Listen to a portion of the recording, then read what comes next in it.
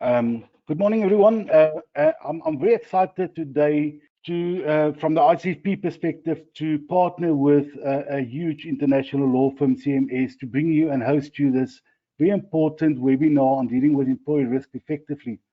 So from the ICFP perspective, this session is the responsibility of the Eastern Cape ICFP Regional Committee, and in particular Maggie Lowe. So Maggie, I know you are in the audience, so very a warm welcome from all of us. I haven't got a lot to say. I think I'm going to hand over to the people that know more than me. And Zakir, over to you. Thank you so much. Thank you very much, Chris. And good morning, ladies and gentlemen, and welcome to the CMS and ICFP Fraud Week webinar. We're very pleased to have you, and thank you very much for making the time to join us this morning. We hope that you find our content informative and insightful. My name is Zakir Mohammed, and I'm the head of the Corporate Investigations and Forensics practice at CMS. In our practice, we deal with all incidents of fraud, theft, corruption, money laundering, and cybercrime. We also assist clients with regulatory advice when it comes to incidents of commercial crime. It gives me great pleasure to introduce my fellow speakers and colleagues, Sipokazi Kayana, who is the head of our dispute resolution practice. Sipokazi has over 13 years experience dealing with all types of commercial disputes. Sipokazi has dealt with matters in the Constitutional Court, the Supreme Court of Appeal, the High Courts in various jurisdictions in South Africa, as well as the Magistrates Court. Sipokazi also has extensive experience in assisting clients with dispute resolution in arbitrations as well. My other colleague and fellow speaker, Lucinda Hinksman, is our head consultant in our employment law practice, and Lucinda has over 10 years experience in assisting clients with advice in all matters relating to numerous employment law issues. Lucinda has assisted clients with matters in the CCMA, in the Labour Court, as well as the Labour Appeal Court, and Lucinda is a very seasoned employment law specialist. And with our three speakers, given our topic today, it's very important that we have the three disciplines of investigations, employment, and disputes. And toward the end of our presentation slides, you'll see why. Just to get some housekeeping out of the way, pre-COVID, one of the most pertinent points that I would raise when it came to housekeeping, and we were all in the same room, was to offer our guests free Wi-Fi. But now that it's virtual, I can't do that. But there's just one point of housekeeping that I'd like to raise, and that is that all participants will be on mute. We would like this to be as interactive a session as possible. And so with that, if you have any questions that you would like us to address throughout the presentation, please use the chat box function to do that. We are talking about a very serious topic this morning, and what I always say at the beginning of these presentations is that to try and keep the presentation interesting and entertaining as well, I am known to say a little bit of jokes. My team generally don't find my jokes funny, but hopefully you, as the participants in our seminar, may find one or two of my jokes funny this morning. We all know that this week is International Fraud Awareness Week. Excuse me. Now, fraud is something that should be top of mind for all of us as we run our particular business. All of our businesses face incidents of commercial crime on a daily basis. But what often happens is that as we carry on with our businesses and as we try to ensure the profitability of our businesses, at times commercial crime falls by the wayside and we forget to think about these particular issues. And so during International Fraud Awareness Week, what it is geared towards is raising awareness about fraud and other commercial crime incidents so that we can take stock of how we as our businesses are running these managing these particular risks within our organizations. And with that, we bring you a key topic to consider during International Fraud Week. Beware the Trojan Horse, dealing with employee risk effectively. Next slide, please. Now, when it comes to, I would like to just take you through an overview of what we will be talking through this morning. Next slide, please. I will take you through the first 4 points in our presentation. We'll talk a bit about the working environment and how the role of the employee has changed. We'll also discuss the valuable asset that we have to our organization, and that is our employees. I'll then talk about effectively dealing with a commercial crime incident, and then I'll end off with some positive tips on how to prevent incidents of commercial crime from affecting your particular business. I'll then hand over to my colleague Lucinda, who will talk about key employment law considerations in managing a commercial crime incident, and then Lucinda will hand over to my colleague Sipokazi, who will talk about effective evidence gathering and civil recovery. Next slide, please. The working environment and the role of the employee has changed. Next slide, please. So we all know in the last year and a half, we've definitely seen a change in the working environment.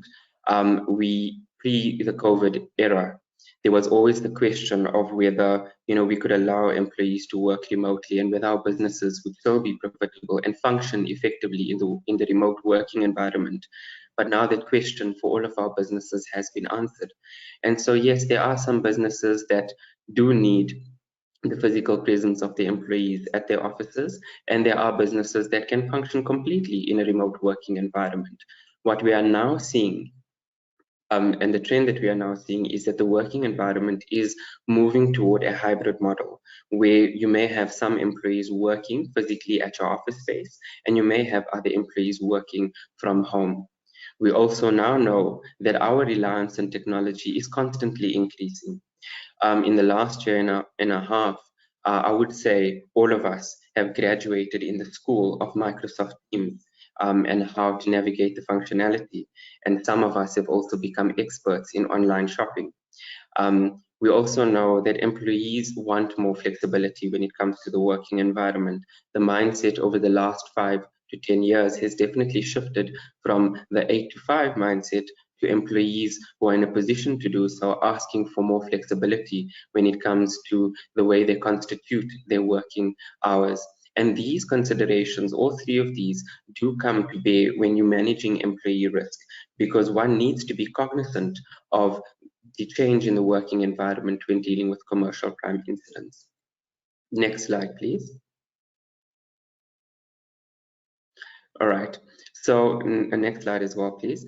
So we all know that our employees are valuable assets to our organizations. A successful business is one with effective employees. The better your employee complement, the better your business is run, the more efficient your business is run. Employees are ultimately critical to the functioning of any business.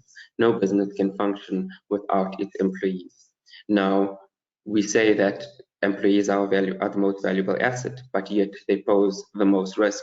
Now, when it comes to the various risks that any organization faces, we've got external risks and we've got internal risks. Now, your external risks would be risks that one would face, for example, from your business partners.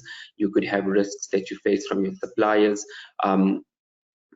or your service providers. There may also be unknown risks. For example, when you're dealing with cybercrime, the veil of anonymity results in you not knowing who the perpetrator of a cybercrime incident may be. But the one key risk that we do know is your employee. And we're not saying all employees are bad, but one needs to think of the Trojan horse. Your employees literally walk into the doors of your organization. They have first-hand access to the assets in your organization, to your intellectual property, to your confidential information. Your employees know the strength and weaknesses of your internal controls and the like.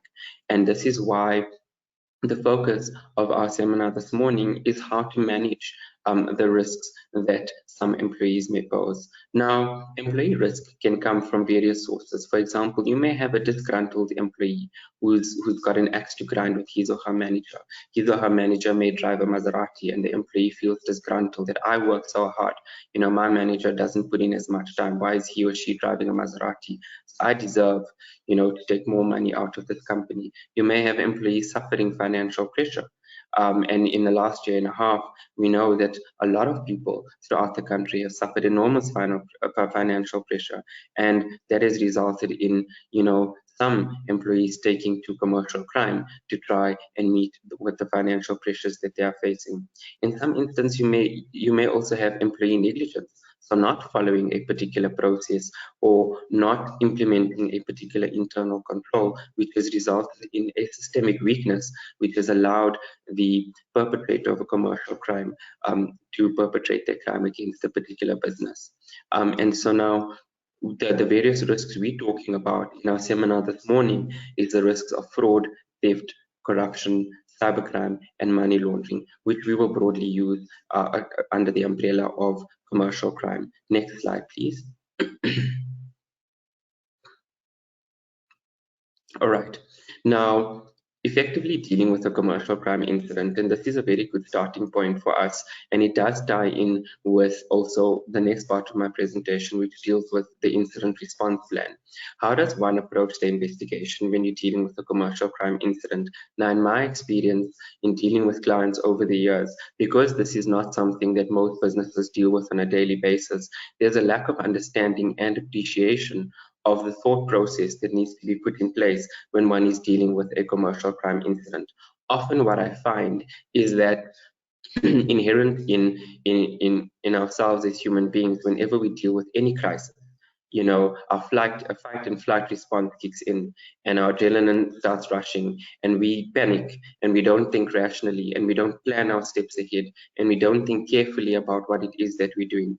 And overall, the message that I'd like to come through from the next couple of slides is that when you're dealing with any commercial crime incident and when you're approaching the investigation, what is of paramount importance is that whatever you do, you need to consider why are you doing what you're doing in handling the incident, what is the objective that you are trying to achieve, and how are you going to go about doing that in the most systematic and efficient manner. And so when you're approaching the investigation, you need to ask yourself at the outset numerous questions. And it's very important to ask these questions because that will ultimately guide how you're going to effectively deal with the particular incident. How did I become aware of the incident? Was it through a particular whistleblower report? Is it because someone in the organization noticed that the financial records don't seem to be making sense? Or has someone noticed certain red flags in documents? Because that will start to give you a better idea of what it is that you're dealing with when it comes to this particular incident. If it is a whistleblower report, consider, is it an anonymous whistleblower report or do I know the identity of the whistleblower?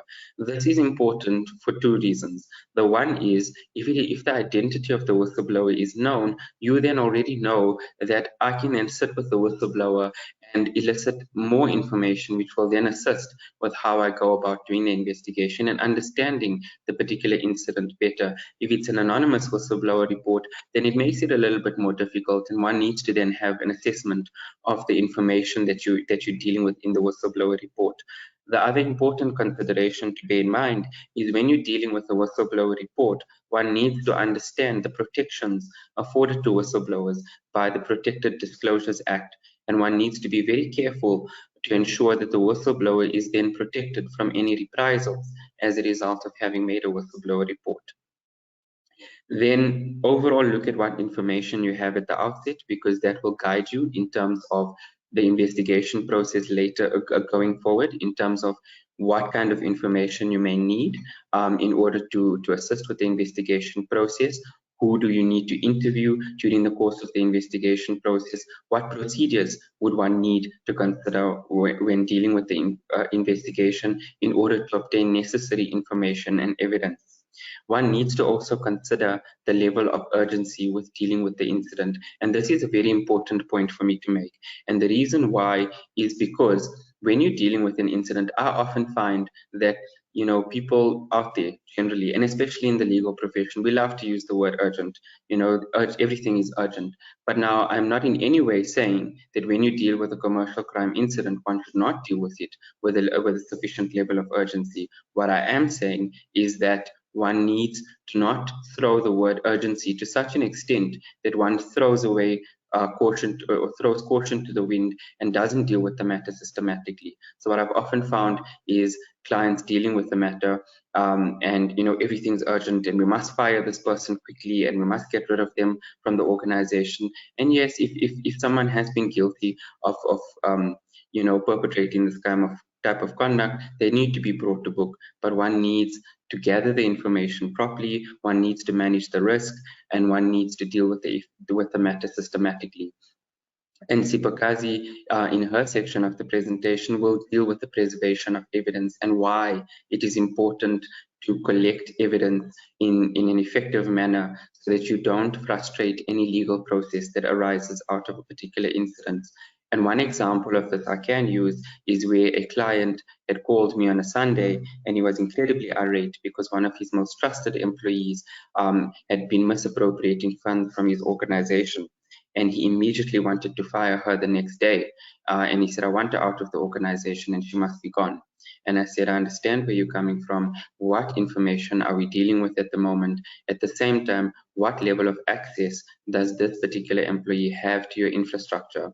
And he told me that she was the one who was responsible for the bank account. She was the only one who had the dongle to access the particular bank account, and she had the passwords, etc. She also was the one that was responsible for the IT infrastructure. And so my response to him was, manage the risk first. Get control over your bank account, get control over your system to mitigate the risk of evidence being destroyed, to mitigate the risk of any further losses being suffered, because you, as the employer, don't have control over your infrastructure at this stage. So you want to get control first so you can curtail the risk, and then we will deal with the employment law issues, and we will deal with the investigation so that when there is, a disciplinary inquiry and the like, it's dealt with effectively. And my colleague Lucinda will touch on the employment law considerations that one needs to consider when dealing with a commercial crime incident. One also needs to consider whether you're going to do the investigation internally or externally. Do you have the skills in the organization to conduct the investigation to make sure that you gather information in the correct manner and that you do it procedurally correctly, so that if there is a civil recovery process or if there's an employment disciplinary inquiry, that the manner in which you conduct the investigation is beyond reproach? Or is it more appropriate to outsource the investigation to an external company so that the correct procedures are followed, etc.? Next slide, please. One also needs to think very carefully about the appropriate investigation team and who will that consist of. Now, this is very important because I've often found different experiences with different organizations in dealing with the commercial crime incidents. And one of the common themes that often comes about is that, especially in medium to larger organizations where you've got many, many different business departments, etc., what often tends to happen is sometimes clients would have a war room when dealing with a commercial crime incident, and that war room would have a whole host of people forming part of the incident response team. It would be a mixture of legal advisors and it would be HR, it would be employees from different business units that may not necessarily be compliance or HR or whatever the case may be. And one needs to ask the question, of all the people that we're trying to put together to deal with this investigation, what is the role of every particular individual, and is it necessary for the incident response team to be a massive team? And so one needs to think very carefully about who needs to be involved in the investigation and what role each particular individual is there to play. Now, when it comes to the investigation team, this team will ultimately be guided by the matter you're dealing with. So if, for example, you're dealing with a matter where you require computer evidence, one would have, as part of the investigation team, an IT forensic specialist to assist with maintaining the chain of custody and forensically imaging and processing the data in a manner that will withstand scrutiny in a court of law. If you're dealing with a financial fraud and there needs to be an analysis of financial documentation, one would have a forensic accountant. One also needs to consider having an attorney on the matter to provide legal advice and assistance during the course of an investigation. And this could be a forensic attorney who can manage and run the investigation and also guide the investigation from a legal perspective and provide immediate legal advice. One needs to consider an employment law attorney as well as a disputes attorney. And this ultimately depends on the nature of the particular incident that you're dealing with. One also needs to consider issues such as legal professional privilege and whether the investigation is going to be covered by by legal professional privilege. And this is an important consideration because not all investigations will necessarily be covered by legal professional privilege. It ultimately depends on the nature of the investigation, the nature of the advice that is being sought from the legal counsel, etc. But a full discussion of that does fall outside the ambit of our discussion this morning. But one needs to consider these particular issues when putting together your investigation team. Then one also needs to plan the investigation, and this is very, very important. What I often find is that people will say, there's been a commercial crime incident, let's rush off and start interviewing people, let's read documents and, but there's no coordinated approach. One needs to consider at the outset, how am I going to do this investigation in a meaningful manner? Because what I always advise is think very carefully about the processes and procedures that you need to follow. There's going to be a review of documentation or documentary evidence. Part of those documents will be information gathering documents, for example, relevant policies, processes, and procedures, so that we can see if there's been a breach of those. There may be financial documentation, etc. If there's a computer analysis, one needs to think, whose computer devices are we going to image in order to try and elicit evidence? When it comes to interviews, one shouldn't just rush off and do interviews at the outset. One needs to think very carefully, what are going to be my information gathering interviews, which will allow me to understand certain processes and procedures? Who are going to be my witness interviews, and who may be witnesses to the particular incident, who may be able to provide me with more information that will assist in gathering further evidence in relation to the investigation. And then one needs to think about who are the suspect interviews, because those you tend to leave for last, because you also don't want to alert potential implicated individuals at the risk that they may destroy evidence when your investigation is still in the beginning stages. And one needs to give thought to doing that in a considered fashion. Otherwise, you end up compromising the integrity of the process. So use a systematic approach. Next process, please. Next slide, please.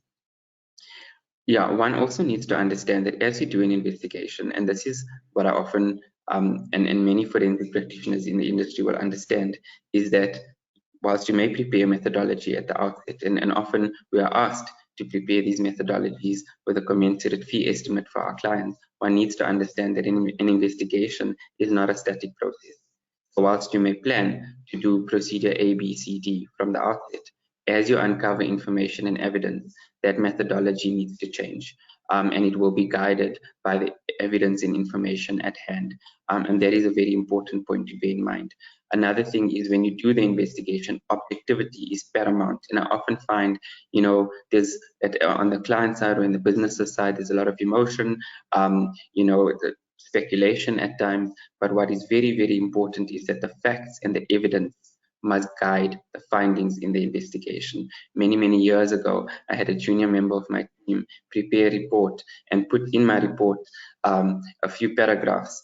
And I said, where does this come from? Why are you making this particular finding? And her response to me was, well, I assumed.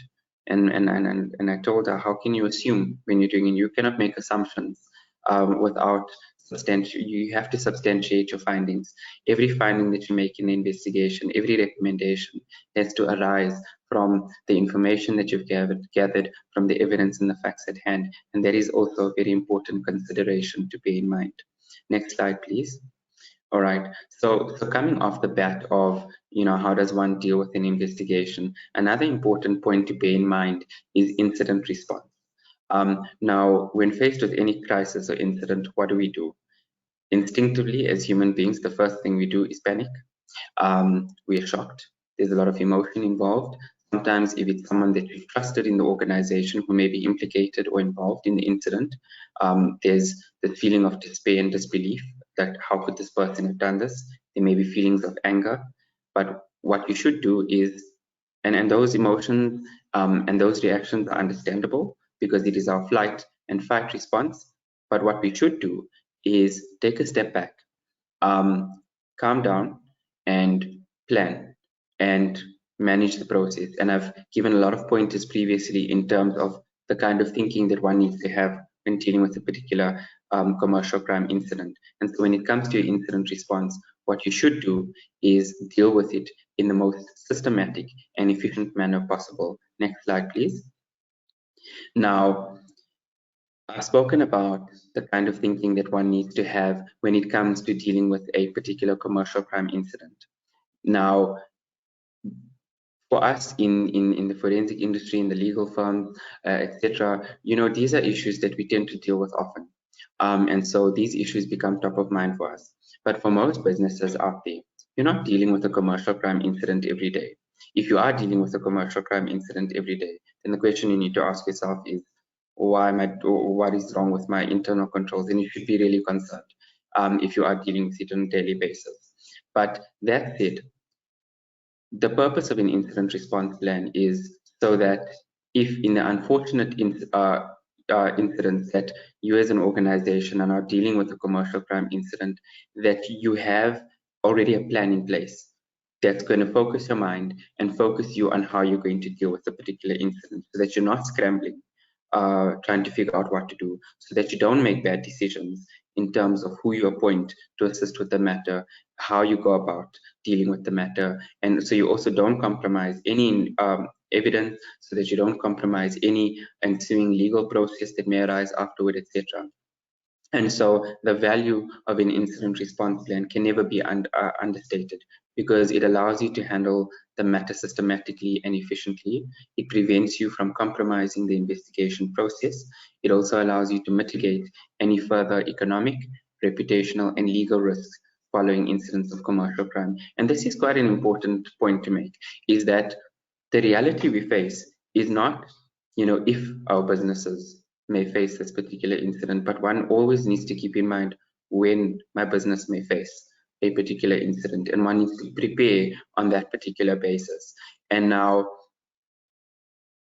with that said, any organization can be hit with a commercial crime incident, and sometimes from a reputational perspective, it may not be the fact that you've been hit with a commercial crime incident, but a lot can be said about how you as an organization deal with it going forward.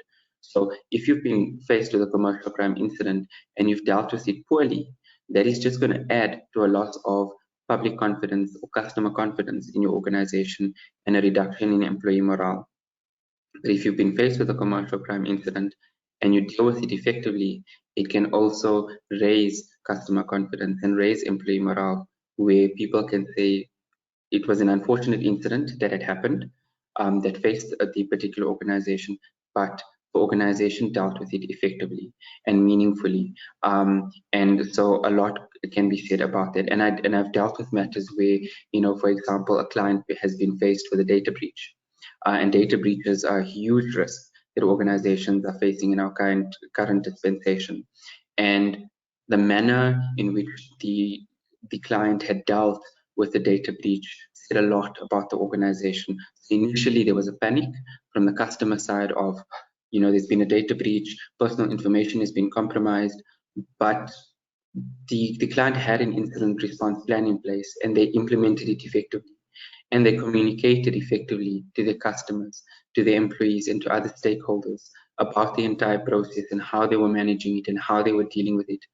And the result was that, notwithstanding that initial panic, it did raise customer confidence to say that, this incident did happen, but the organization dealt with it meaningfully. Next slide, please. All right. Now, when you're developing an incident response plan, there's numerous factors that one needs to consider. You need to consider the fact that there's not going to be a one-size-fits-all approach for all types of commercial crime incidents. So, for example, if you're dealing with a fraud matter, your incident response team may constitute a mix of a few skill sets. For example, it may be, and these are just examples, it may be legal, it may be someone from from compliance or HR, just by way of example, versus if you're dealing with a cybercrime matter or a data breach, your incident response team may be constituted a little bit differently, because there you may need, for example, the head of your IT function to be part of the incident response team. You may need an external forensic IT service provider to form part of that incident response team immediately, so that they can assist you with strengthening your controls and sort of plugging the gap and mitigating any further risk to the organization as a result of the data breach. You may also need, as part of your incident response team, either an internal communications or PR expert or an external PR agency to help you communicate the incident effectively. And so one needs to give very, very careful thought about who is going to constitute the incident response team. One then also needs to consider, how are we going to approach the investigation? What is going to guide our thinking in terms of whether the investigation is going to be internal or external? And so that also comes into play. One also needs to develop a protocol for the investigation process, so that there's an understanding at the outset of how we're going to deal with the investigation systematically as well, and whether we're going to do it internally or whether we're going to do it externally, that there's at least pointers and considerations of how each process is going to be dealt with. Ultimately, one needs to prepare the incident response plan to ensure that the steps that are taken are going to be streamlined and can be carried out meaningfully. The last point is a very, very important one, is that one must give thought to the practical considerations. So often we find, and I think it's a habit that all of us have picked up, is we like to use template documents, and Google is our huge friend when we're trying to find stuff to use and we do our research. And often we find that we will find something which looks good on paper and we use it as our own template. But we don't give thought to whether the document we've prepared is going to work at a practical level. So one example I can use is of a client who developed a beautiful whistleblowing policy and asked us to review the whistleblowing policy. And the whistleblower policy was perfect, it was sterling. But the whistleblowing policy had numerous chains of reporting lines when it came to line managers, etc. And there were certain roles in that whistleblowing policy that I didn't understand. And so I asked the client who in the organization is responsible for this position or occupies this position. And the response that I got was, we don't have that position in the company. So I said, but why do you have that in your whistleblower policy? And the response was, no, but we used a template. And then I said, but you can't just use a template. You have to make sure that the document speaks to what can happen practically in your organization. And so anything that you prepare, your incident response plan must speak to what can practically be carried out effectively and meaningfully within the organization. Next slide, please. All right, prevention is better than cure. I think from my section, I always like to leave off with a little bit of a glimmer of hope. The list that I'm about to go through in the next slide is not an exhaustive list, but some key pointers that one needs to take into account. Next slide, please. The tone at the top is critical, and I must start off with that. One needs to lead by example. And this is very, very important, because we always say the tone at the top is critical. But if you, as senior management and the executive of the business, make ethical decisions, act with integrity, then that is how you send the message throughout the organization that we are an ethical organization. But if the tone at the top is that we are telling you, not to perpetrate this kind of conduct, but we ourselves will do it, then you're not setting the right tone at the top. And so, for example, you're not setting the tone at the top if, for example, someone in senior management has been involved in, commercial crime or irregular conduct, and your response to that is not to follow the full process, but rather to get rid of the problem and brush it under the carpet by way of a golden handshake to say, leave, as opposed to following the appropriate channels of a disciplinary process or civil recovery process, etc., then you're not sending the right message to the rest of the organization. It should never be a case of do as I say, but not as I do. So you lead by example, and that is how you communicate that the organization will have zero tolerance to commercial crime at all levels within the organization. One needs to promote behaviors that enhance morale and productivity, and that is very, very important. Reward good behavior, and when it comes to bad behavior, deal with the bad behavior effectively. Implement well-considered policies so that employees understand the behavior that is expected of them. Now, when you implement fraud policies or other company policies, make sure that those policies are easy to understand. Those policies don't need to read like a Tolkien novel. It needs to be simple, understandable, and something that people can follow easily. Now, I've seen policies in some organizations where you've got a 20-page policy document that's very worded, it's very wordy, it's got a lot of meaty stuff in there. But the reality is, our employees going to really read that, heavy policy and really take away lessons from that, rather aim for something that is simple, easy to understand, concise, and that has all of the pertinent principles in there. Engage in regular communication and training, because fraud is not always top of mind when we run our businesses. And so it's very, very important that you regularly communicate issues of fraud and fraud risks to your employees, and also provide regular training so that fraud does become top of mind. And as fraud risks change, it's important to provide training so that people are aware of the new and emerging fraud risks. And then the last point is obviously pursue available legal remedies. Next slide, please. A whistleblower hotline or whistleblower system in the organization is of paramount importance. The Protected Disclosures Act requires all employers to have implemented a system for receiving whistleblower reports. And so it's very, very important for organizations to have a whistleblower system implemented.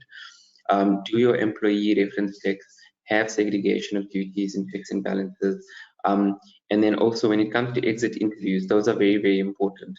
Now, exit interviews are important because employees that are leaving the organization will likely tell you what worked and what didn't work. And it's the what didn't work that is very, very important, because that will guide you on how to improve on your systems and processes, etc. Next slide, please. Right, so with the working environment, there's just a couple of tips, and I thought it was important to mention these. I have mentioned them in some of my talks before. The issues that one needs to consider are whether employees are using a company laptop or personal device, because a company laptop is likely to already have built-in cybersecurity tools. But if they're using their personal devices, do those personal devices have sufficient cybersecurity tools on them? Are employees sharing devices at home? Because, for example, if they are sharing a laptop with their kids to do homework or to play games, there's a risk there, because if, for example, a family member inadvertently goes to a fraudulent gaming website or something, malware can be downloaded onto a computer.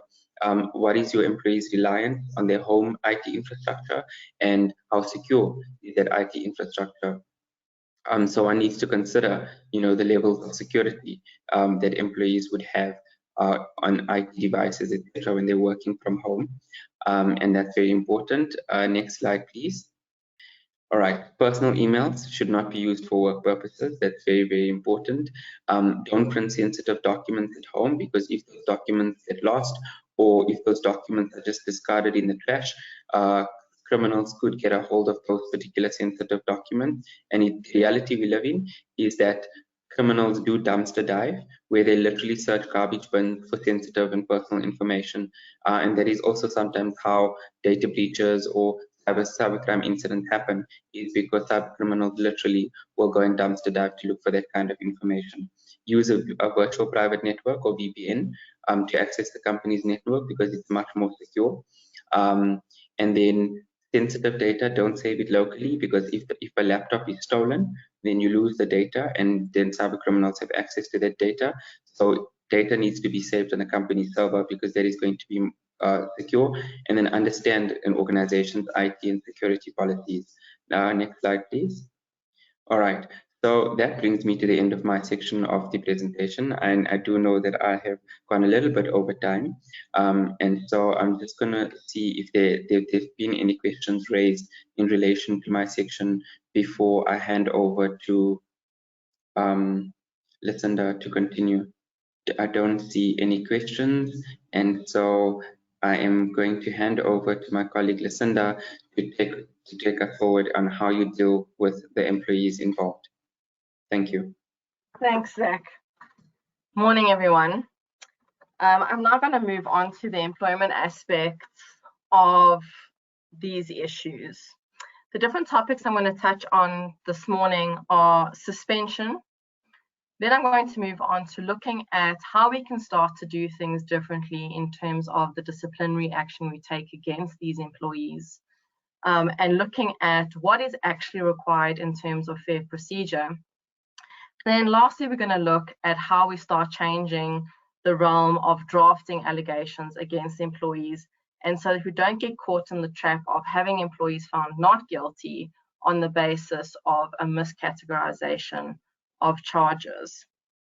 Next slide, please.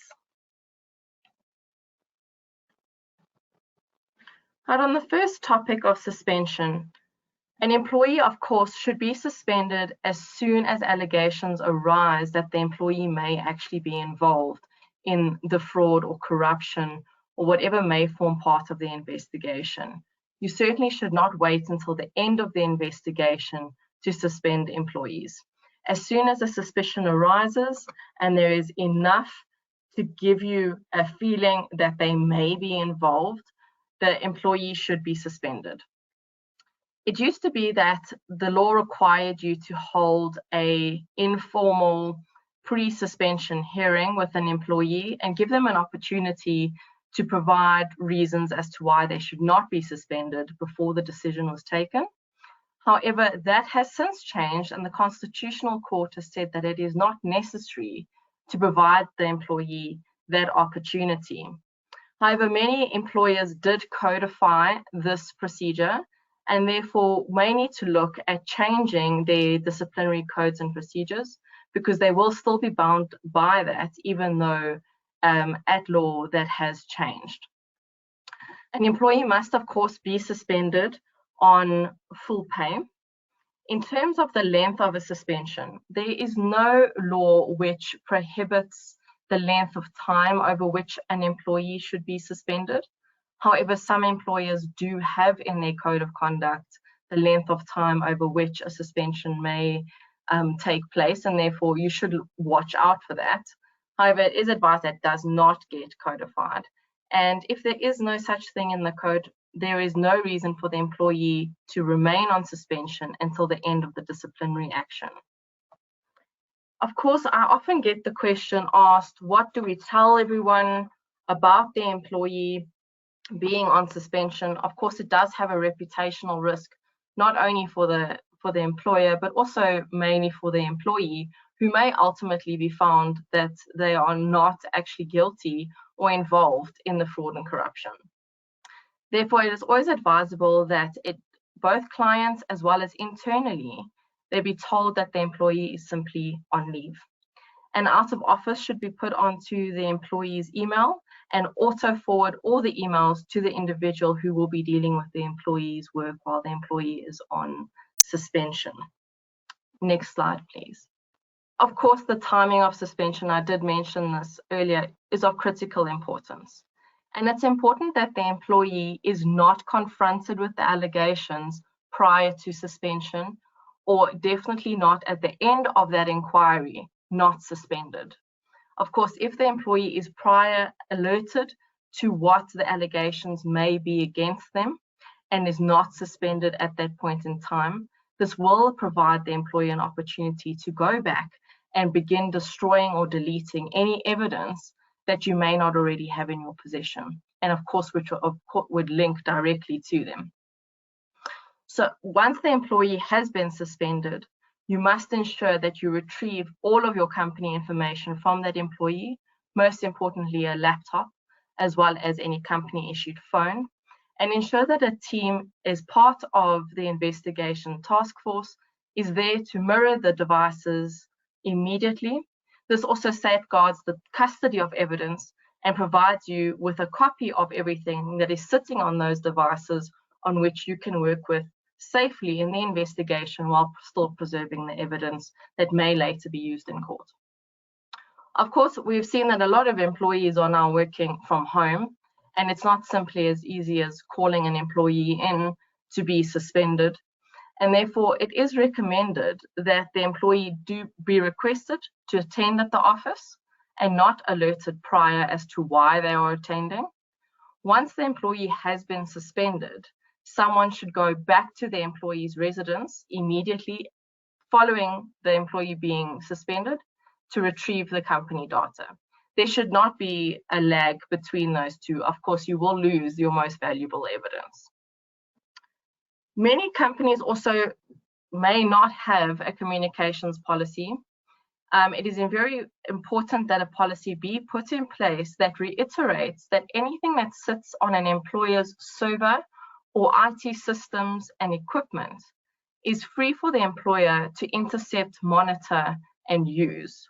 Employees do need to understand that even personal information that sits on the employer's server and property can be used and will be used by the employer. Next slide, please. Right, now, once the investigation has been completed, and we now know whether we are going to be taking disciplinary action against an employee, 9 times out of 10, if we know an employee has been involved in any sort of misconduct of this nature, the likelihood is that we are going to want to secure a dismissal. So we know that a dismissal must be for a fair reason and must also be in accordance with a fair procedure. The Labour Relations Act does set out that a dismissal must be procedurally fair. However, it didn't specifically state how procedural fairness, and still doesn't specifically state how procedural fairness must be achieved. In the prior Labour Relations Act of 1956, we had a very criminal trial-like approach come out, and that was very formalistic, and it ran the same course and process as a criminal trial would.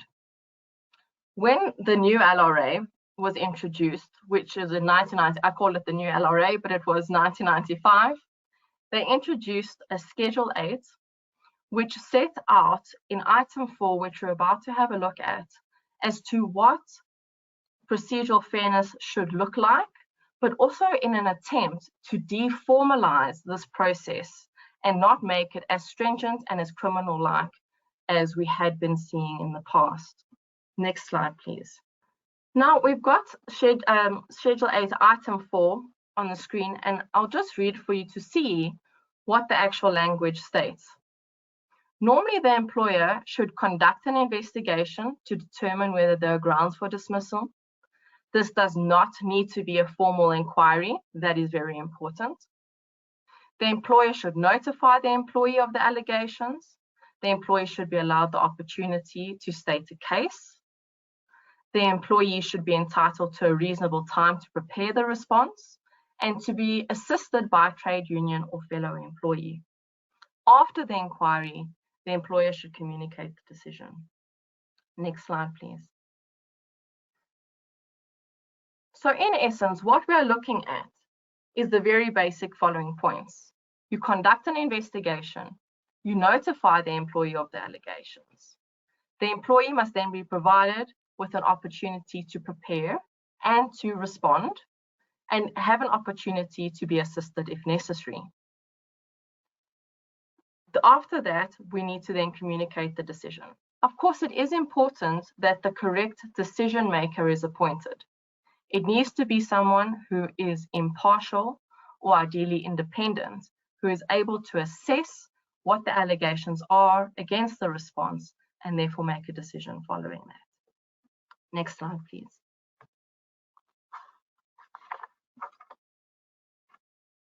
I'm going to take you through a very interesting judgment that is by no means a new judgment, but for some reason has not found its way prominently into the labour field and how we do things.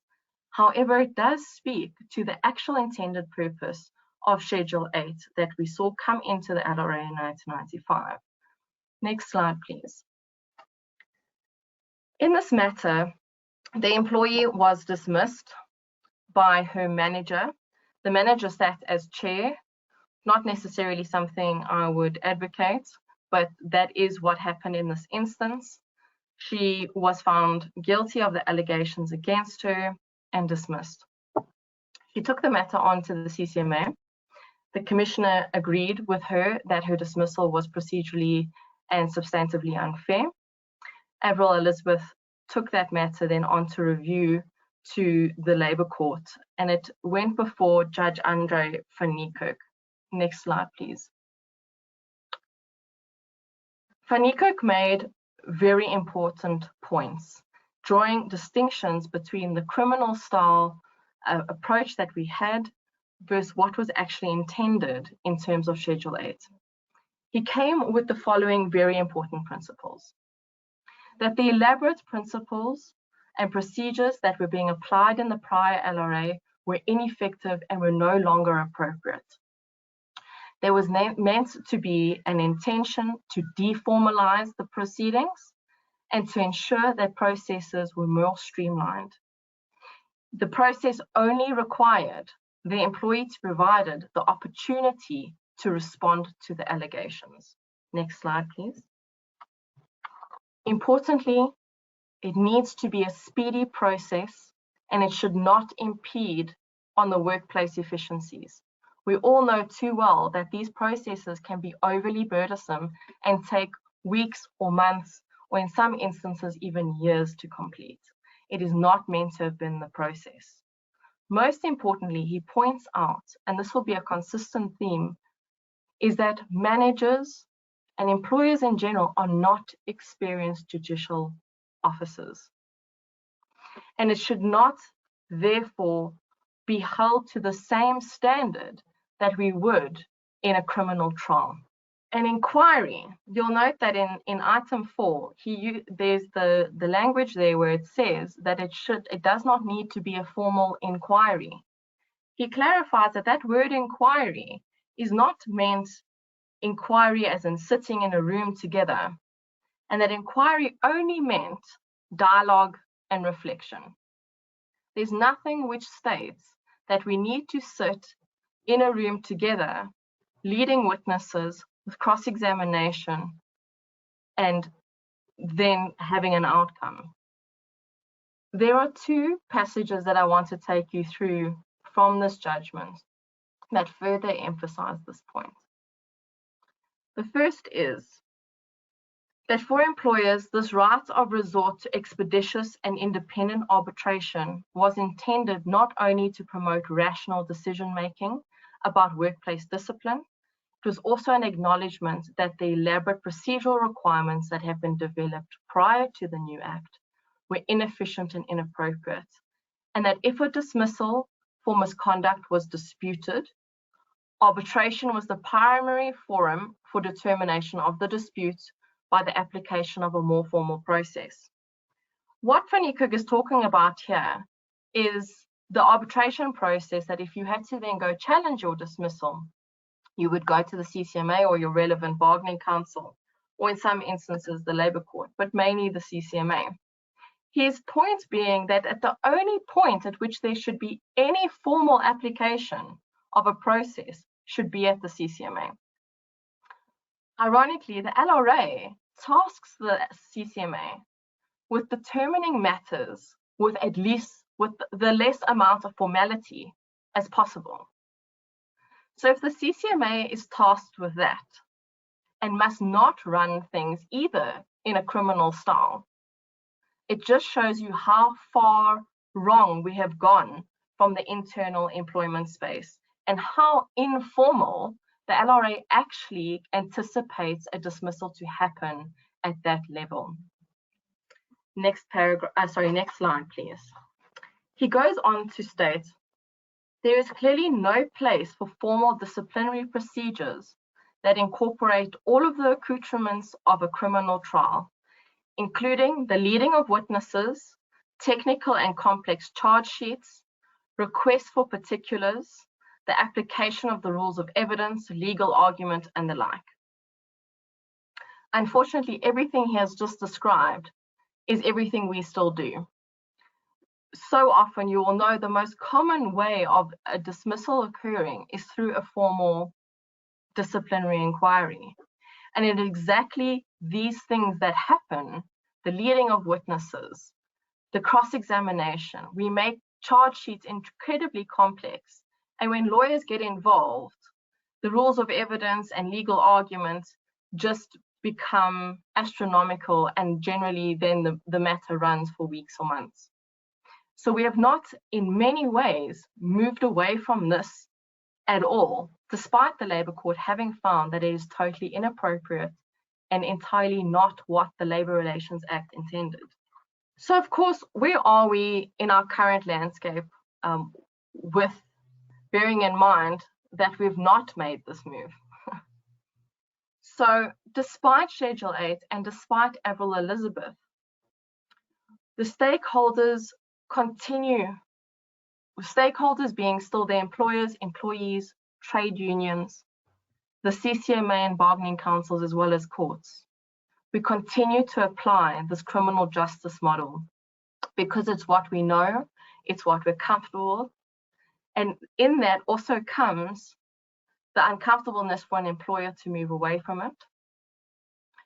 The procedural model has also been codified, it's been put into collective agreements, it's put into our disciplinary codes and procedures, and in some instances it also sits in contracts of employment, which means that employees and employers, these are rights and obligations that they are now bound to.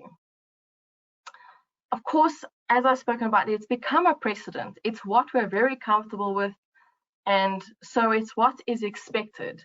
The minute we go outside the norm, there is this uncomfortableness and this fear that it is not correct and that it must instinctively be unfair. So therefore, we've not seen the standard reinforced at any level from employer all the way up to our courts. So what we've landed up with is very much us being in a repeat performance act multiple times over. We're running a criminal style trial in an inquiry. We're running it again at arbitration or in trial. And of course, in these sorts of cases where there is fraud or some sort of crime that has been committed, you're running it again, but truly in the correct forum of a criminal court. Employers opt for the trial system because they are concerned that anything that less than that may not get them across the line when they are challenged at the CCMA or the Labour Court. So therefore, this more cautious and known approach is taken, and we don't move away because it's seen far too much as breaking out of the box, and we'd rather take this long, cumbersome approach than have this risk of losing on the basis that perhaps a commissioner or judge does not see that in the same light an interpretation of Schedule 8. Of course, this is compounded by many legal practitioners still providing their advice that a formal disciplinary inquiry must always be held. Of course, we know that not to be true, but as a legal advisor, we generally always do advise on the cautious approach and want to go with what we know may not cause us any problems at the CCMA or in the courts, and rather focus on the real substance of the dismissal. So that does compound it. Of course, as I've mentioned numerous times now, we land up in these lengthy and time-consuming processes which don't bring finality. It goes against the principle of the Labour Relations Act, which is speedy resolution. But what we're actually putting into practice is not achieving that at all. In addition to that, we're ramping up costs. And that's not just in legal fees. That is one aspect of it, of course, and especially when we start looking into court processes. But it's also the management time that is the significant cost for the business. Which goes, of course, we're going to have managers be witnesses at least 2 or 3 times over. Not all has been lost, and we have started to see some moves forward. They haven't been numerous, and they are by no means the norm as yet.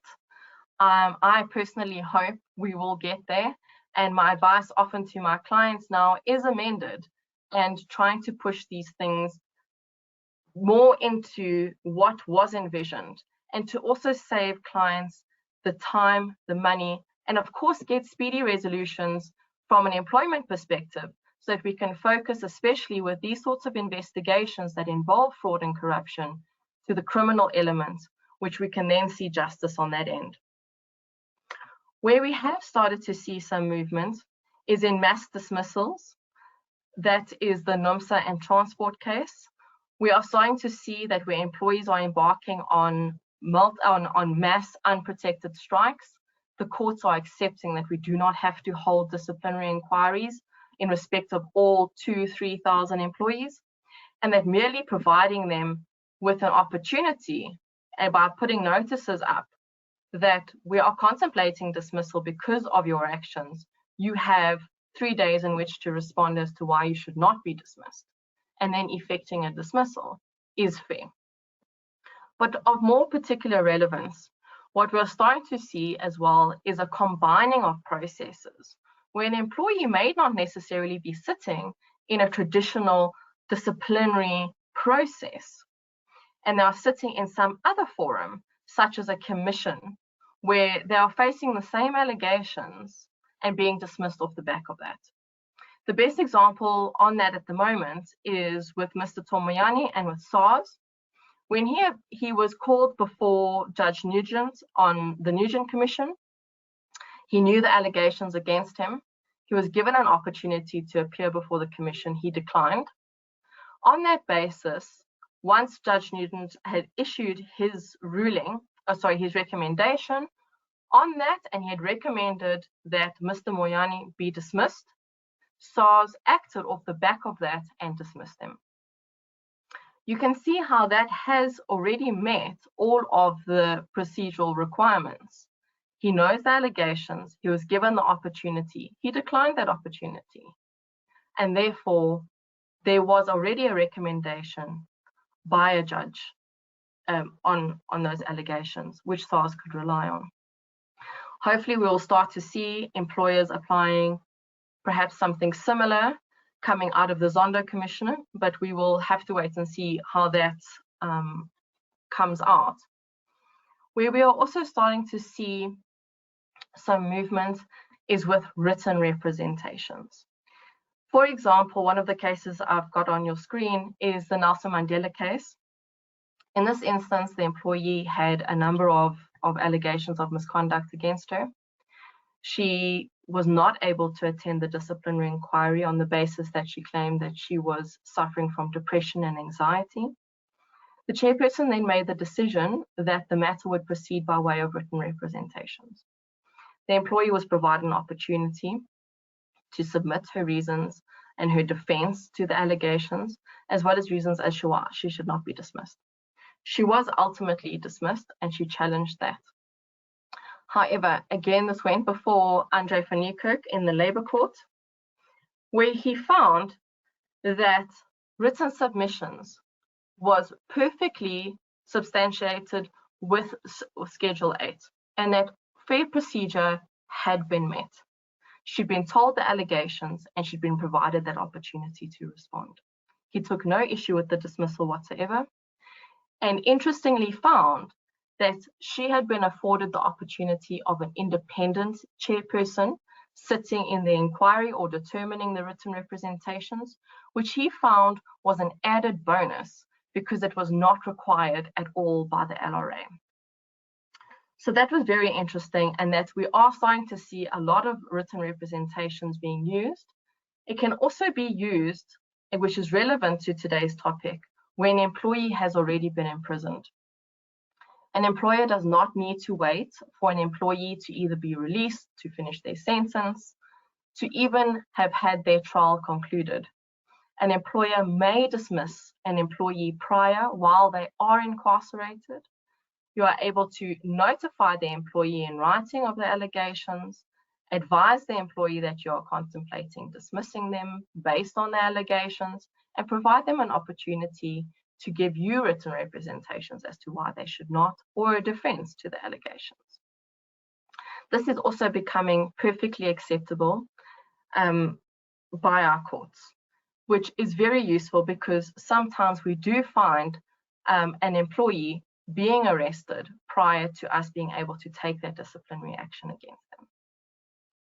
Another good example of where we have started to see some change, and which I think the matter ultimately was settled, unfortunately, but was with Mr. Hlaudi Motseneng and SABC. Very interestingly, how they ran that disciplinary inquiry is that they did not conduct any oral evidence. They simply collated from the investigation all the documents that supported the allegations against him. They placed that bundle of documents before the chairperson and simply stated that the documents are what they purport to be.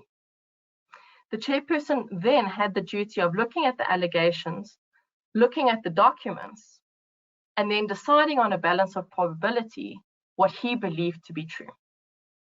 Of course, the difficulty that they then ran into is that we all know Mr. Motsoeneng then challenged his dismissal at the CCMA, where oral evidence is still required, and they couldn't apply the same principle there. But that accords with exactly what Van Niekerk says in Avril Elizabeth, that the only time we should be seeing this formality, if at all, is at the CCMA. So that does make perfect sense that now they would have to lead a bit more of a formal process with witnesses to support the evidence against the employee and in relation to the charges.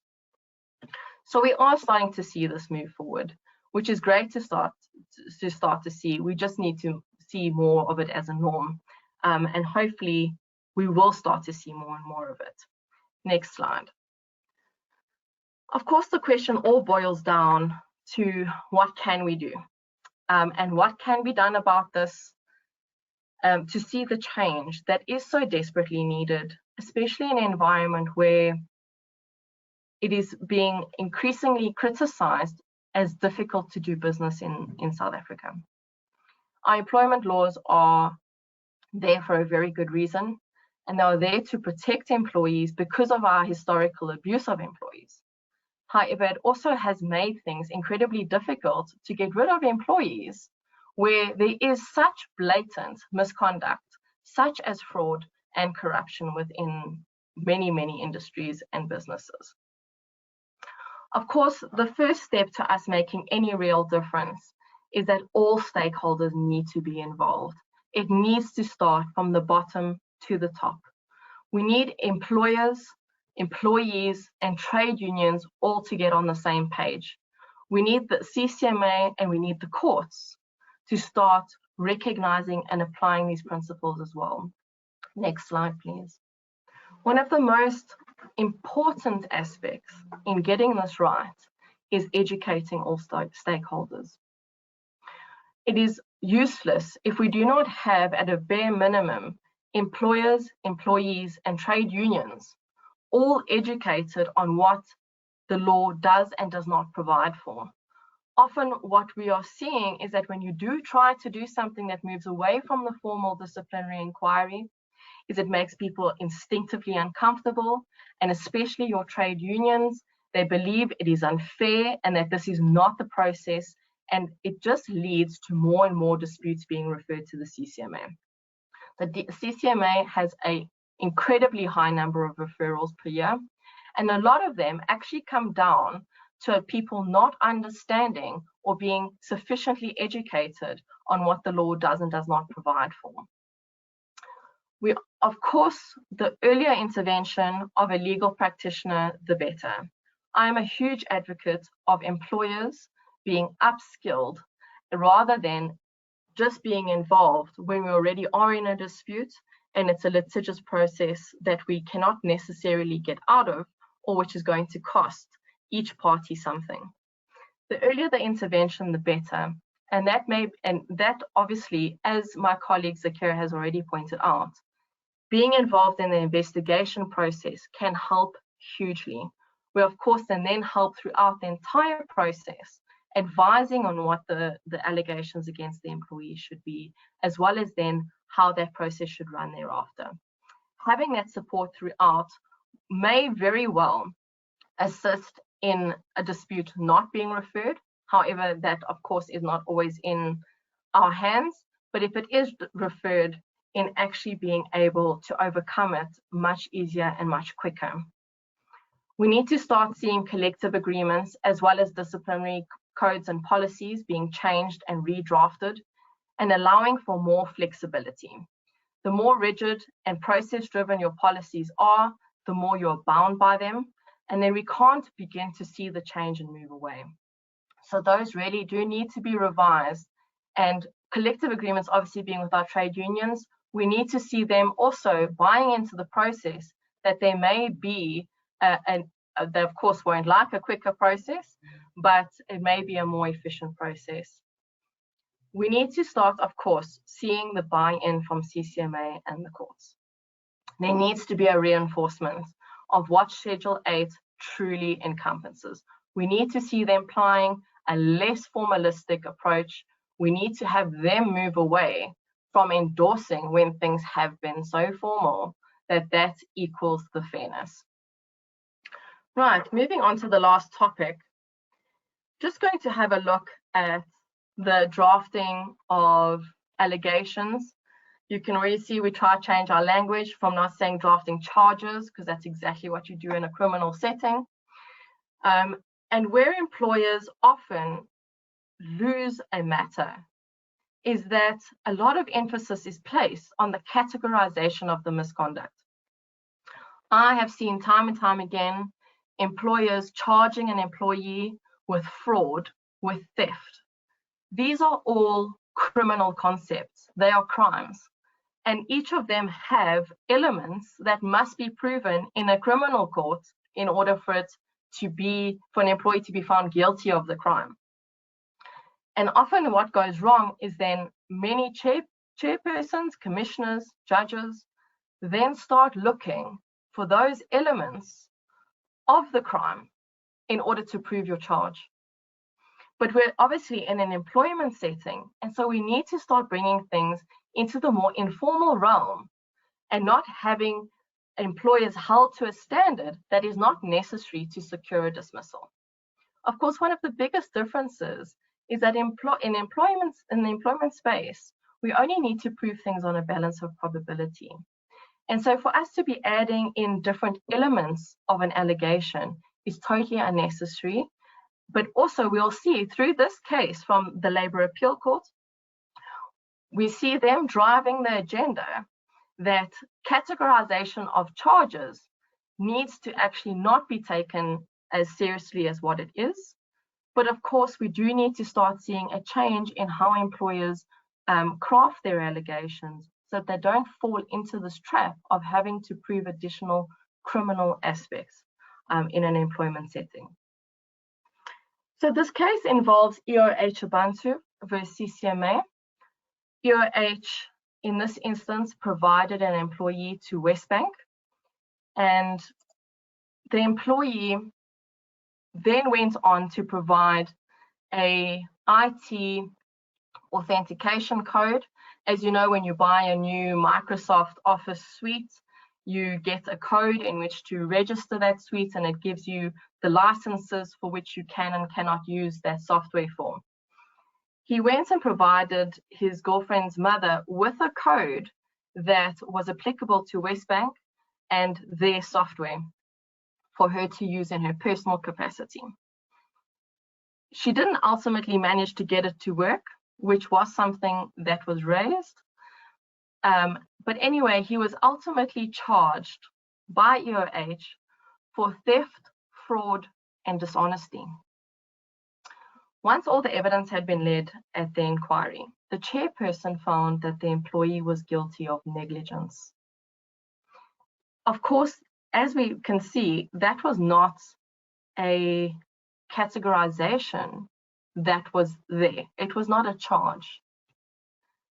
So he went to the CCMA, challenged his dismissal, and he was successful there. They agreed that he was not charged with negligence and therefore could not have been found guilty of it, and the dismissal was unfair. The CCMA also focused on the fact that theft, fraud, and dishonesty, a competent verdict coming out of that is not negligence.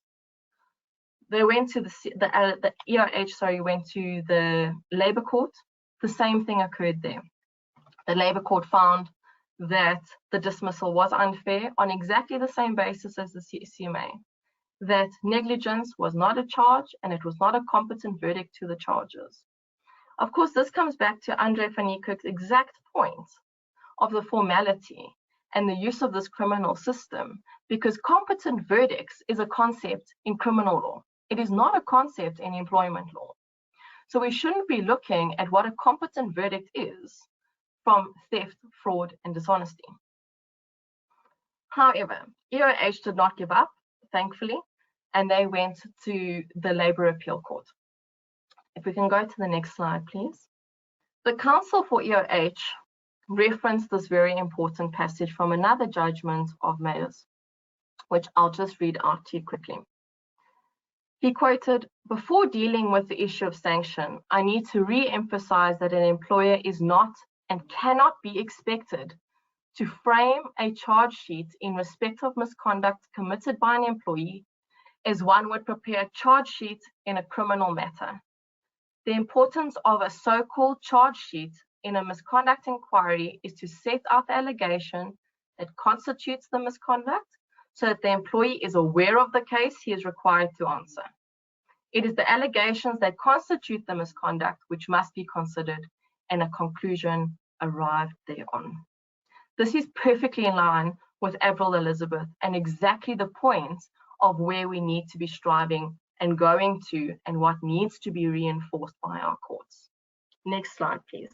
The LAC emphasized a few points. They found that the arbitrators and courts cannot be applying such a formal and technical approach to matters when deciding what had happened at a disciplinary inquiry. The categorization of the misconduct is of far less importance than what's the actual misconduct constituted. So in other words, what exactly did the employee do? And they found that it was sufficient if the employee has simply been given adequate notice and enough information to understand what exactly he or she actually did. Next slide, please. This passage goes exactly to the point of what I was saying about the charge of theft and fraud that has complex criminal elements that need to be proven to it.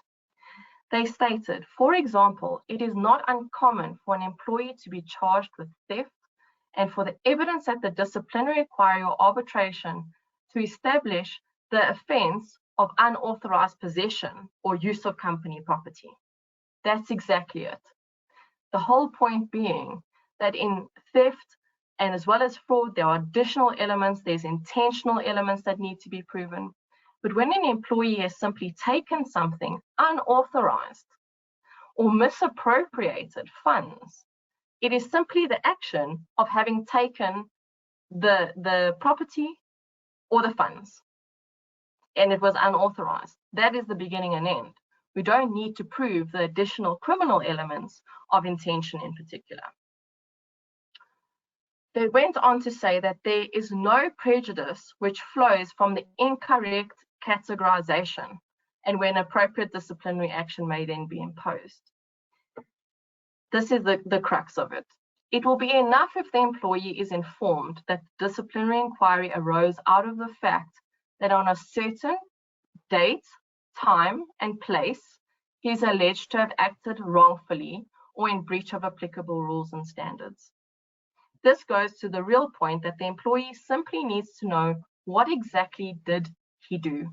And you need to provide sufficient information more about the details of what they did than bothering about categorizing that actual misconduct under a name.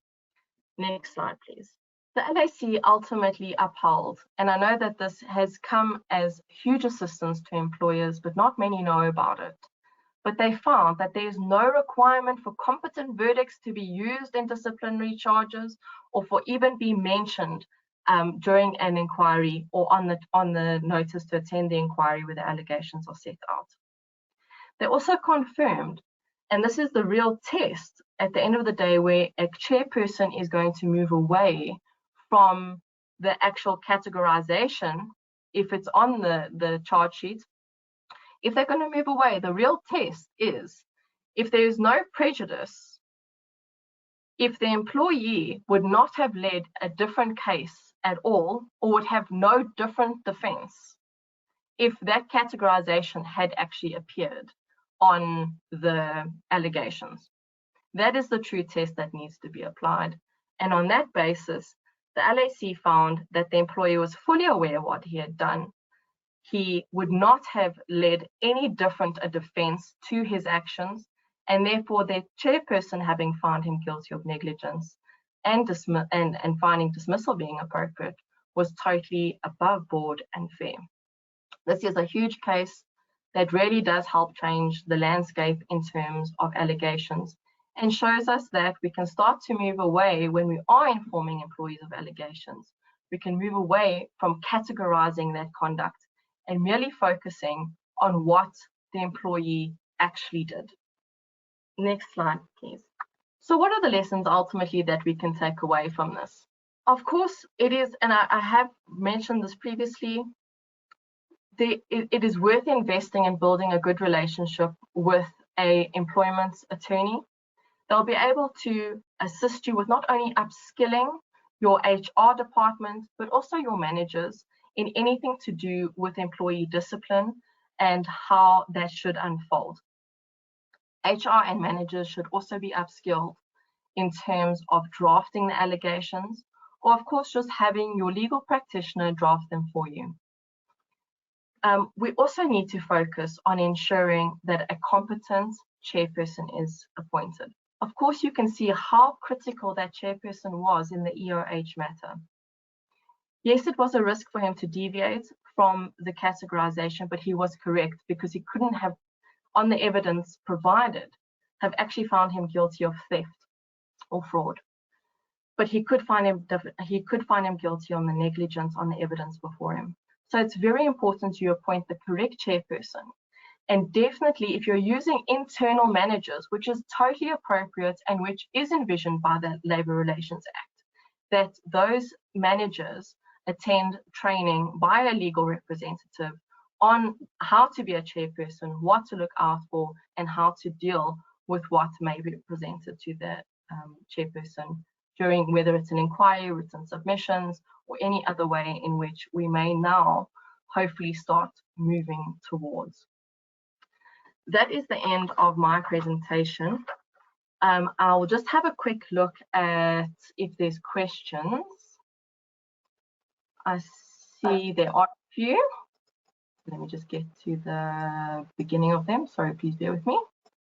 I think, Lucinda, maybe if I make it easier, are you happy if I just ask you some of the questions? Yes, and then please. I'll be the voice of the audience. Please, thank you.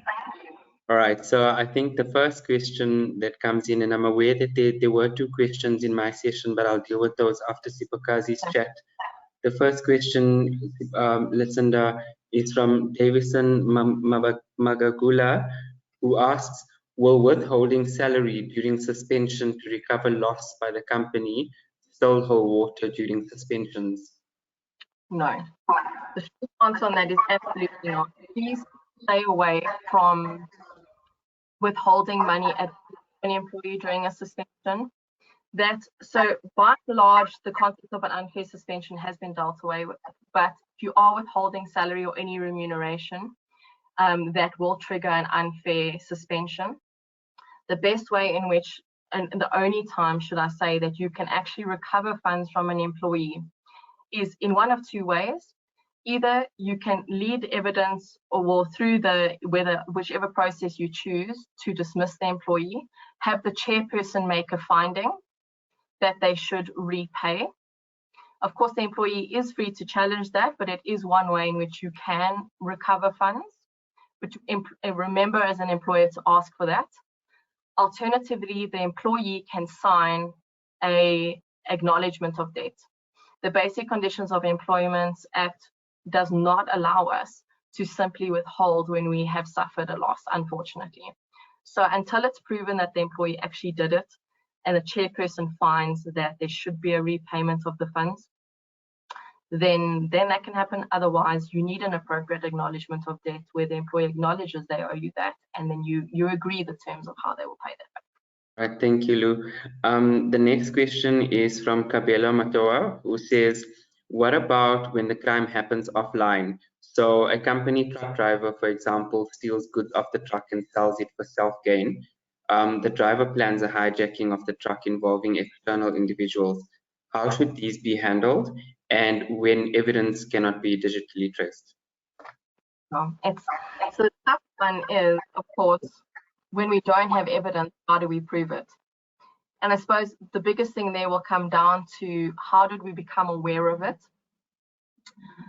We would need to definitely, obviously, conduct an investigation and see which parties we can get to come forward for us. It happens all the time. For instance, I had a matter with a client who was warehousing and distributing custard. And unfortunately, apparently it has a great market value. And there were multiple employees who were involved in hijacking trucks, storing them off a different property, and then stealing. The employer knew that this was happening, but couldn't actually prove it until eventually an informant came forward. So unfortunately, when all you have is speculation, it's always going to be very difficult. Of course, when you have this suspicion, you should try and put measures in place. Of course, trackers on your vehicles is very important, and monitoring of that. Also, of course, we're moving more towards dash cams in vehicles that point forwards, actually at the driver, of which you can try and monitor. So it may be that you need to put more measures in place and wait a bit more until you actually have the evidence that you need. Another thing just on that topic is there's a concept of derivative misconduct. So nothing would prevent you from actually asking your workforce or people who you suspect to be involved, even if they're not involved or who may know something, you ask them to come forward. And you make it clear that if they do not come forward and you later discover the misconduct, they also may face the possibility of dismissal. So that is another way to kind of ensure that someone comes forward. Either you'll have someone come forward or not, but they will know that there are severe consequences if later you find out that actually 50 of your 100 employees actually knew about this, but maybe have been directly involved, but they have assisted in covering it up. I hope that answers the question. Absolutely. The next question is from Nico Pick, who asks, if an employer should apply the principles in the Avril Elizabeth case, would they still be within the framework of the Labour Relations Act? Yes, absolutely. And that really is my drive and my passion at the moment, is to try and move us away from it. So for so long as you're ticking off those 5 points, you should be able to convince a commissioner and a judge that it is unfair.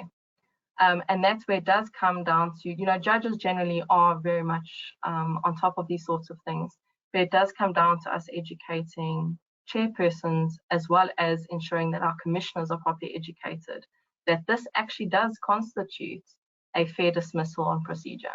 Thanks so much, Lou. And then I think there is quite a lot of questions from the employment on the employment aspect.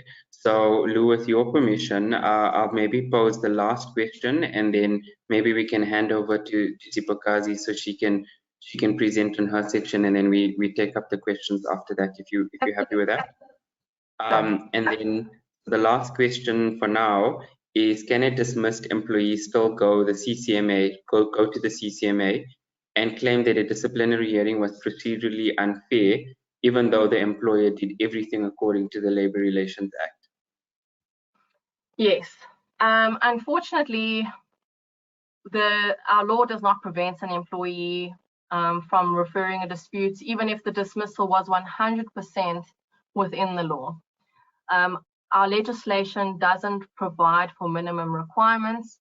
And of course, the CCMA does not charge any fee for the referral of a dispute, because of course that would not be in the interest of justice. But of course, because there is no downside for an employee referring, there is often an incentive for an employee to simply refer to see if they can get something out of the conciliation settlement phase before you go into arbitration, unfortunately. Yeah, absolutely. All right, Lou, thanks so much for your section. Okay. I think we're going to hand over to our colleague, Sipokazi, who will hopefully forgive both you and me for the length of time that we've taken, with the adage that, an employment lawyer and a forensic practitioner should not be, we should not be troubling a disputes lawyer. So, yes. Sipokazi, over to you. Thank you, Zach, and thank you, Lou. Good morning, everyone, and thank you for attending our webinar today. As Zakir said during the introductory session, my name is Sipokazi Kayana and I'm the head of the dispute resolution team within CMS South Africa. In my presentation today, I'm going to be dealing with the importance of companies having good systems in place for the preservation of evidence in the event of fraud or a financial crime. Now, Lucinda and Zach have touched a lot on preservation of evidence as well as maintaining chain of evidence. And I do also know that there are a lot of burning questions in relation to the employment aspect. So I'm going to keep my presentation brief. If there are any questions you have, please ask them when we get to the Q&A session. And then next slide, please. I think we are all aware of the major fraud and corruption problem actually that South Africa has.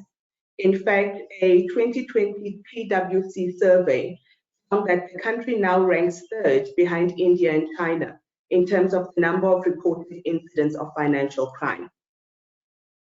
The PwC report also found that the threat of financial crime and fraud to an organization or business comes from both sides, two sides, namely internally through employees and externally through third parties.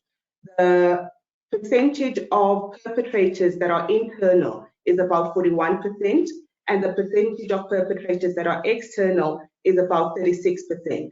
This further reiterates the point that Zakir made earlier on in his presentation, that the Trojan Horse is actually the employees within organizations. Now, fortunately, the National Prosecuting Authority reports a conviction rate of higher than 75% when it comes to crimes of this nature. And so what we need to ask ourselves is, given the high conviction rate, what can companies do to deter would-be fraudsters? And also, what can a company do to ensure that once there has been a financial crime, it puts itself in a position where it can recover those funds once it is able to do so? And the next slide, please. So when any organization, whether it's in the private or in the public sector, faces a commercial crime incident, from the outset, there are two questions that one should ask. One, have there been any funds that have been lost or misappropriated? And secondly, whether there are any possible remedies for recovering those losses. This is where my presentation focuses. How do companies enable themselves to recover any lost funds? These two considerations should be taken into account from the outset as part of the response to a financial crime incident that Zakir was talking about earlier. The answers provided should inform the steps that are taken when dealing with the incident, especially when it comes to appropriate evidence gathering through the course of the investigation. By properly preserving evidence, organizations give themselves a better chance of success in civil proceedings once these are instituted in order to recover the misappropriated funds. A lot of cases have failed in the past because not enough or immediate steps were taken from the outset to make sure that the relevant evidence is preserved, or to ensure that the perpetrator in the circumstance does not have the opportunity to destroy any evidence which may be available. Next slide, please.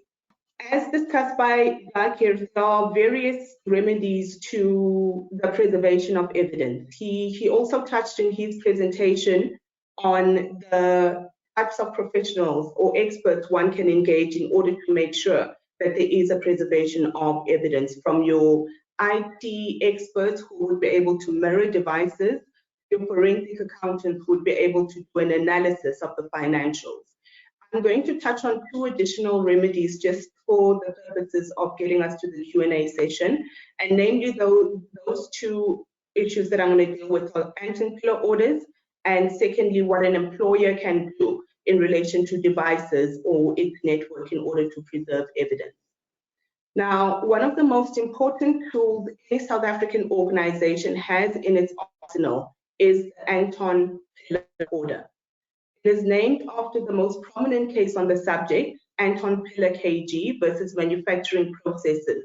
And what the order does is it allows for the applicant, in this case it would be the company or the organization, to safeguard evidence in the respondent's possession.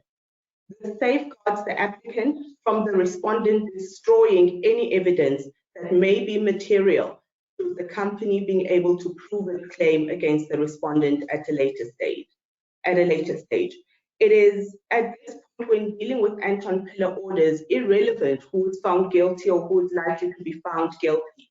The purpose of an Anton Pillar order is merely to preserve any evidence that may exist and which may allow a party to recover funds that have been misappropriated from it. Now, the Anton Pillar order, as you can imagine, it's an extreme measure to take. And as such, the standard or the conditions that one needs to meet in order to gain an order are very, very high. They are the following. Number one, there must be potential or actual damage, and it must be very serious. Secondly, there must be an extremely strong prima facie case against the respondent. Suspicion is not enough. Inclination or intuition is not enough. There must be a prima facie case and a strong one. Thirdly, there must be clear evidence that incriminates the respondent, and in addition to that, there must be clear evidence that there is material or evidence in the possession of the respondent that warrants an Anton Pillar order being granted. Should a party meet those requirements, you then obtain your order, and once the order is granted, the court will appoint a sheriff and an independent attorney to enter and search the premises of the respondent to seize the items mentioned in the order. In addition to this, once seized, the items are then placed in the care of the sheriff, and this ensures again the chain of evidence, and it makes sure that the chain of evidence is maintained. The applicant then or the company is then able to at any time go to the sheriff's office and inspect the documents or material in order to ascertain whether or not there is evidence that can assist it in recovering from through civil procedures any money that may have been misappropriated from it. Now, I will reiterate again that this is an extreme form of remedy, and it is strictly reserved for the preservation of evidence. And so in the next slide, I'm going to touch on alternatives to this, should one not be able to meet the requirements for obtaining an Anton Pillar order. If an organization does not meet the threshold required to obtain the Anton Pillar order, or other steps that you can take. One such step, for instance, is taking a copy or mirroring the laptop of an employee. We've dealt with this recently, actually, where a client of ours knew that there was fraud that had been committed, but did not want to make the perpetrator aware of the fact that an investigation had been instituted. And so we invited them to the office, like Lucinda had mentioned earlier, under the guise of needing to update the IT systems. They then handed over the laptop and were under the impression that it was to update the IT system.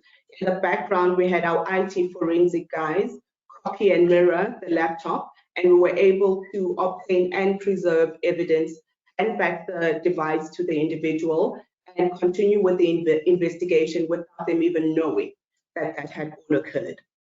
In addition to that, if the evidence is not stored on a company laptop, if the information is stored in an employee's personal laptop or smartphone, if those devices are synced with the organization's internal systems and networks, the organization is still entitled to copy and mirror those devices for the purposes of obtaining information that may help in civil recovery later on.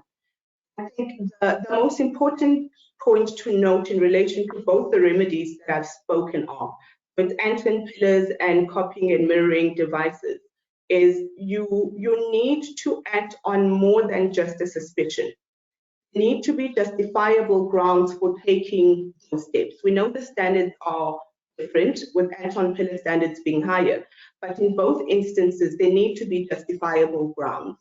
You cannot target someone as an example because they are the ones responsible for payment of the company's debts or paying vendors.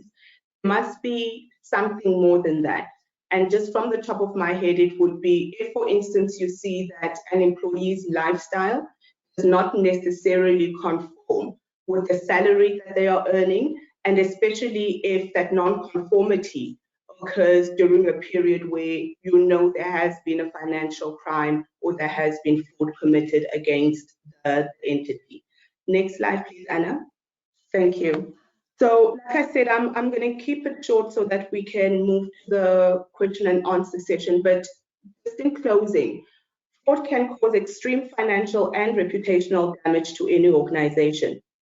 With the right safeguards in place, organizations can mitigate those damages and even recover some of the financial losses. I think from a dispute resolution perspective, my advice would be each organization must have a clear policy and protocol that it uses to react to a financial crime or fraud incident happening. We must act with reasonable urgency when something of that nature occurs. Like Zakir pointed out, we must be consistent in how we react to incidents, whether it's by a senior manager or a support staff employee. We must be consistent because that forms the culture of the organization. If our employee aspects to the incident, immediately get in touch with labor or employment lawyer to make sure that you get the necessary support and you can actually make sure that you correctly suspend and eventually dismiss that employee.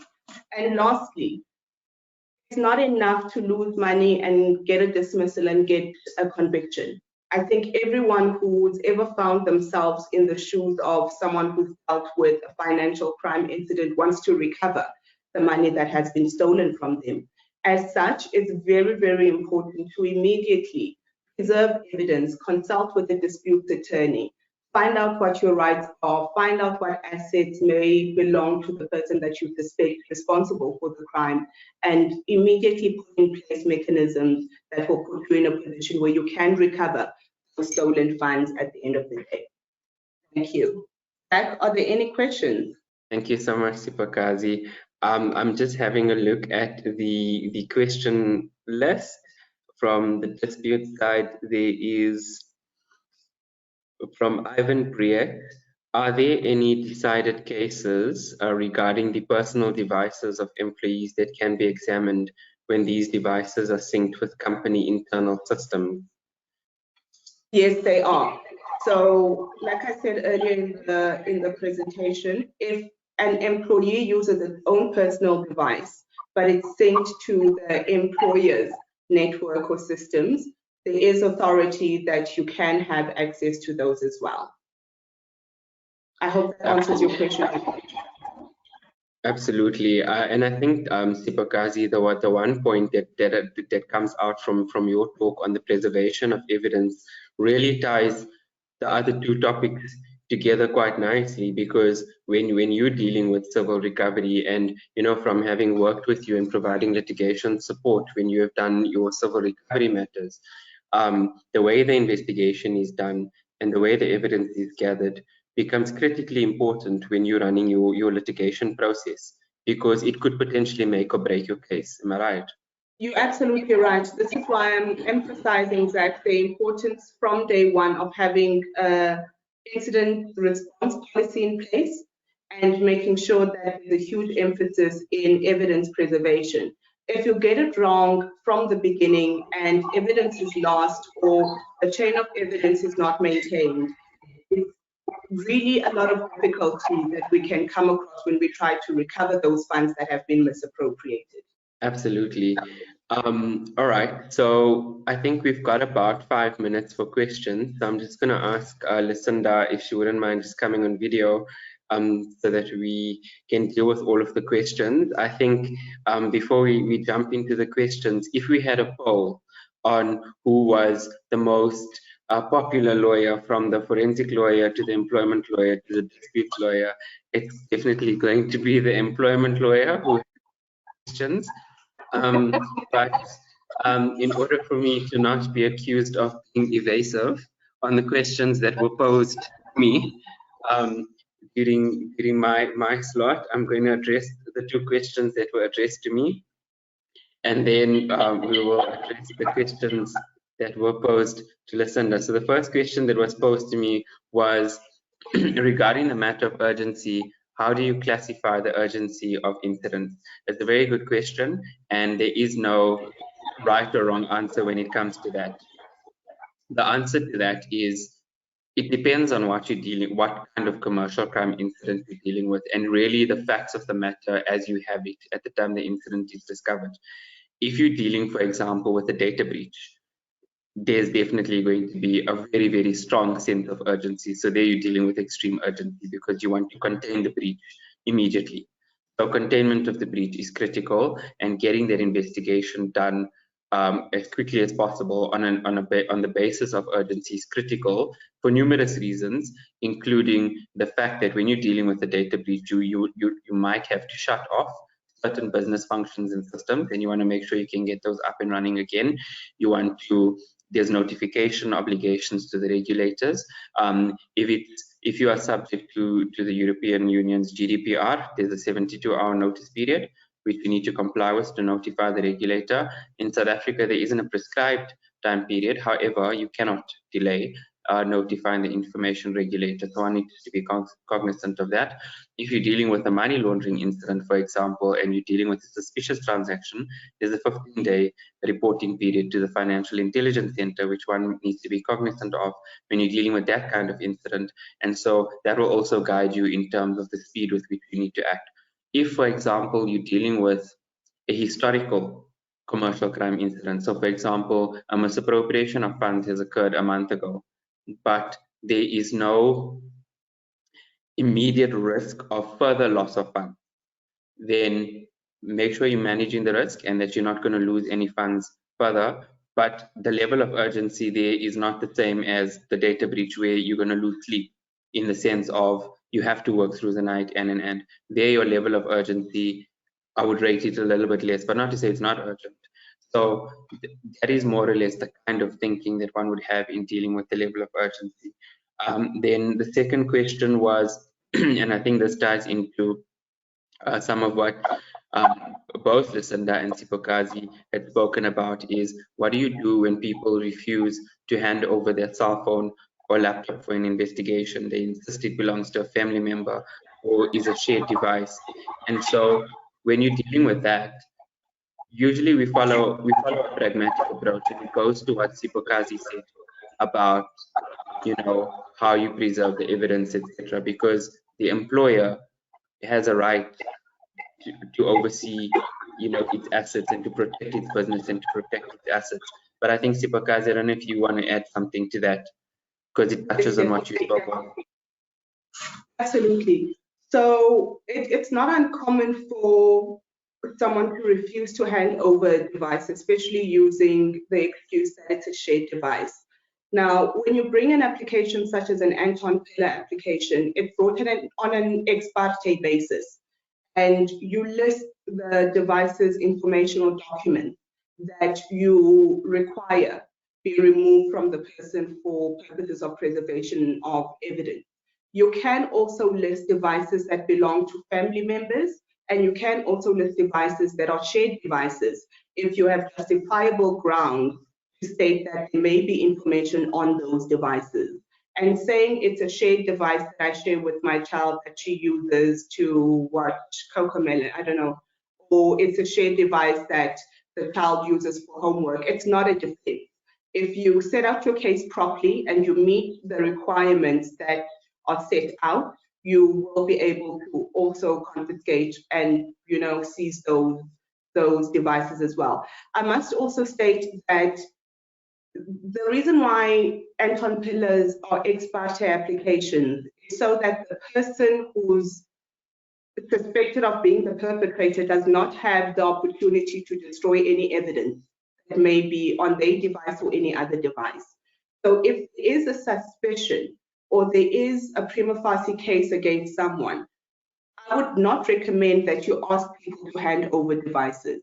I would recommend that you either go the Anton Pillar route or you go the employer-employee route that Lucinda and I touched on, that will not give them an opportunity to destroy any evidence that exists on those devices. Because the minute I go to someone and I say, there's been fraud in the organization, please hand over your device, obviously their first instinct is going to be, no, I don't want to do that. So definitely follow the investigation protocol that Zakir mentioned earlier, and not be too open in terms of what's happening and why you need people's devices. Zach, is there anything you'd like to add? Yeah, I think one comment from Dan Hacker relates to this point is, be aware of POPIA and ensure that proof of consent to access personal information, even if it's by way of express sign-off or an acknowledgement of relevant policy. When it comes to POPIA, yes, I absolutely agree. One needs to be wary of that, right? But the important point that I do need to make when it comes to POPI is there is a misunderstanding that consent is what you rely on in every single instance. But one needs to go through POPI very carefully, because there are instances where your justification to access personal information will rely on consent. However, there are other instances where the justification doesn't require consent. And so when you're conducting the investigation, you need to be cognizant of that. Because what is going to happen is employees are going to raise their rights that you can't access their personal information, and one needs to be cognizant of those justifications. And then the next question, I know we've got 3 minutes, so I think maybe we can shield potentially one question. And I think I'm going to go with employment, because employment was the more popular set of questions.